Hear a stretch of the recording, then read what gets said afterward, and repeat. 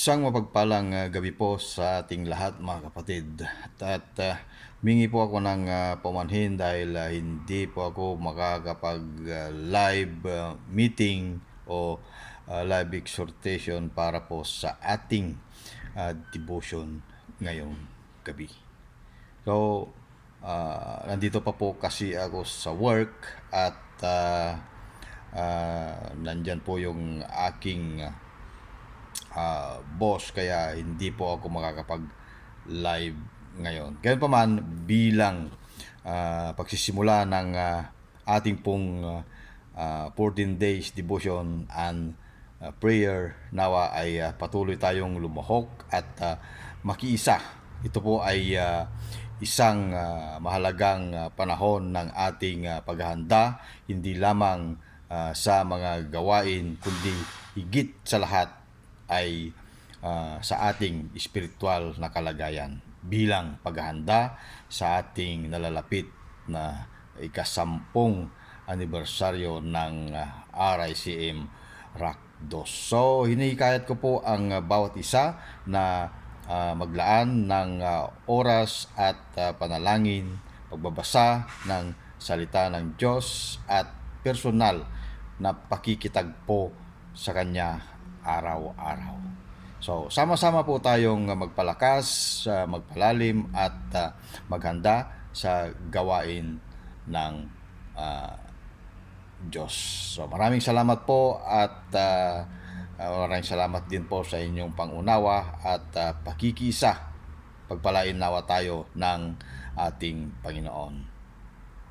So, bago po tayo mag-umpisa, tayo po ay mananalangin. Ama naming nasa langit, dakilang Diyos, muli salamat Panginoon sa panibagong pagkakataong ito sa pagsisimula ng devotion and prayer sa gabing ito, sa aming pong paglapit sa inyo Panginoon. Maraming salamat sa pagkakataong ito na inyo pong ibinigay o inihanda para sa amin. Ihanda mo po ang aming puso at isipan upang tanggapin ang iyong salita. Nawa ay buksan mo po Panginoon ang aming pagkaunawa at hayaan ang iyong katotohanan Panginoon ang mag-ugat ng malalim sa aming buhay. Ito po ang aming samot dalangin sa pangalan ni Kristo Jesus sa tayong Espiritu Santo. So, ang ating pong verse ngayon sa gabing ito ay sa Colossians chapter 2 verse 6 and 7. At ito po ay mayroon pong pamagat ng ating devotion sa gabing ito na rooted and established in Christ. Babasahin ko po ang Colossians chapter 2 verse 6 and 7. Dahil tinanggap nyo si Kristo Jesus bilang Panginoon, mamuhay kayo ng karapat-dapat sa Kanya. Patuloy kayong lumago at tumibay sa Kanya. Magpakatatag kayo sa pananampalatayang itinuro sa inyo at maging magpasalamat din kayo. Purihin ang Diyos sa pagkabasa ng Kanyang banal na salita. Mga kapatid, ang paalala po ni Pablo ay simple ngunit napakalalim po.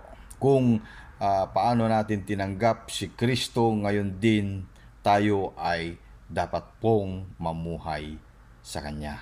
Hindi lang ito ay tungkol sa simula ng ating pananampalataya, ito ay tungkol sa pagpapatuloy. Ayan po. Sabi nga, kung paanong tinanggap si Kristo simula ng tunay na buhay. So, tinanggap natin si Jesus ng may pananampalataya, ng may pagpapakumbaba at may pagsisisi. Pero, mapatid, minsan, habang tumatagal, napapalitan ito ng pagiging kampante. Napapalitan ito ng pagiging religyoso lang. O kaya ah, sariling lakas na lang ang masasabi nating inaasahan. Mayroon pong paalala, mga kapatid, hindi sapat na tinanggap po natin ang Panginoong Jesus. Kailangan din po nating ipamuhay siya sa araw-araw. Ayan. Kaya dapat tayo ay lumakad sa Kanya araw-araw. Yan po. So, ang Christian life po, mga kapatid, ay hindi one-time event. Ito ay ang daily walk po natin. So, lumakad sa Kanya, ibig sabihin, kasama mo siya sa inyong desisyon, kasama mo siya sa lahat ng laban, at kasama po natin siya kahit simpleng araw. Lagi po natin siyang kasama. So, mga kapatid, ang tanong, si Kristo ba ay kasama mo lang ba kapag may problema ka?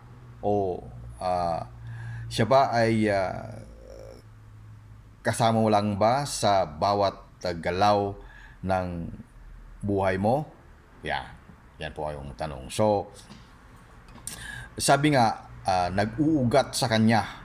Yan, malalim na ugnayan. Yan. So, kapatid, ang puno na may malalim na ugat, alam po naman natin kung malalim na yung ugat, hindi basta-basta yan natutumba.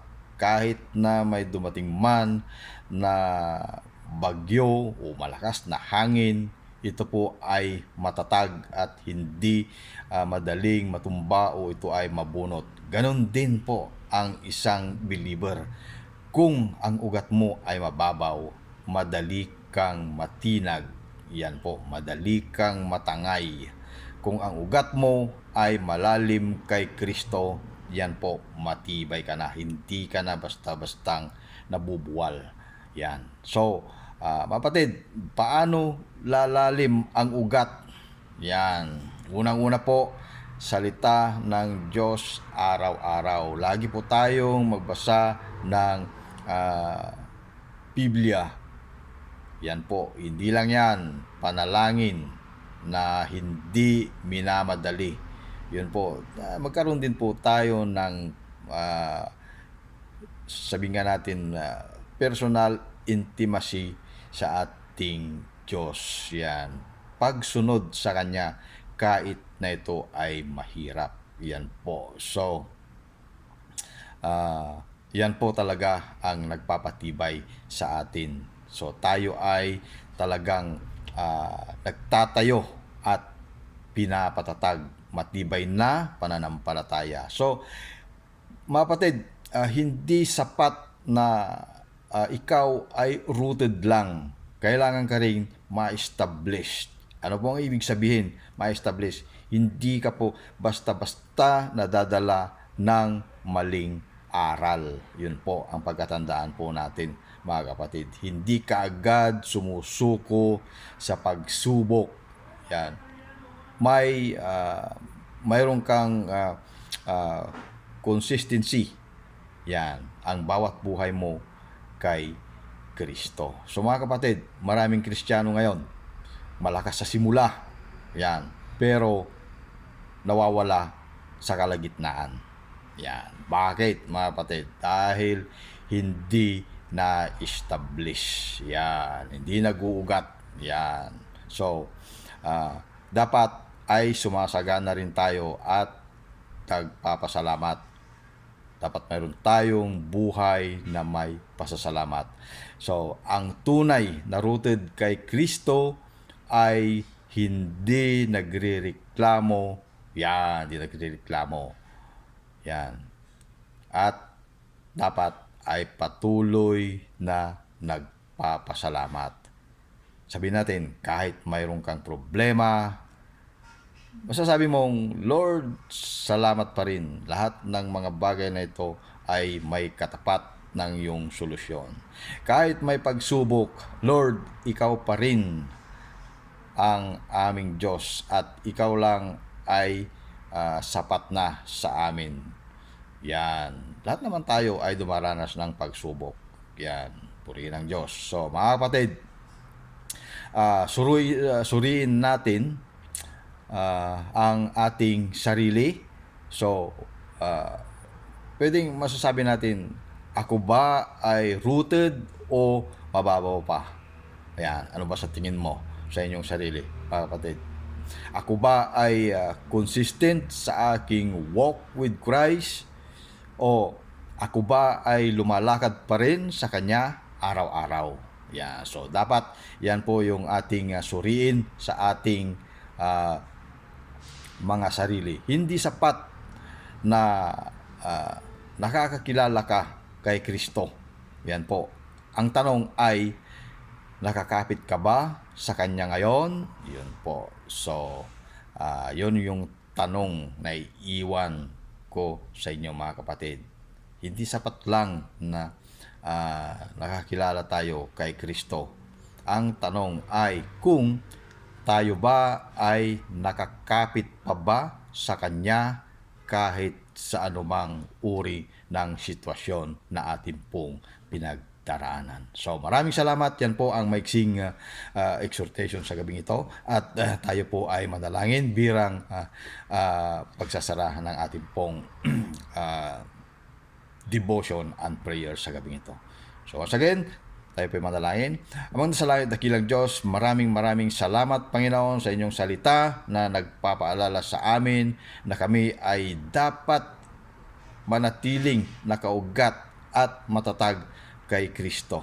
Panginoon, ngayon po ay idinadalangin namin na nawa, Panginoon, ay bigyan mo po kami ng mas malalim na personal na relasyon sa iyo. Panginoon, na turuan mo kaming lumakad kasama ka sa araw-araw, Panginoon. At nawa, Panginoon, ay alisin mo ang anumang spiritual na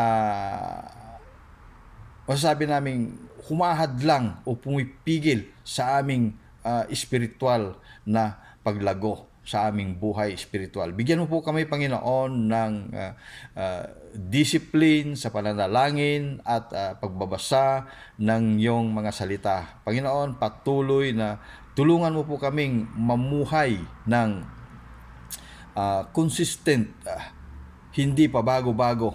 Panginoon, nais po naming maging rooted sa inyong pag-ibig, established sa inyong katotohanan, at matatag sa aming pananampalataya. Panginoon, tulungan mo po kami na hindi lamang maging tagapakinig, kundi tagasunod ng inyong mga salita sa araw-araw.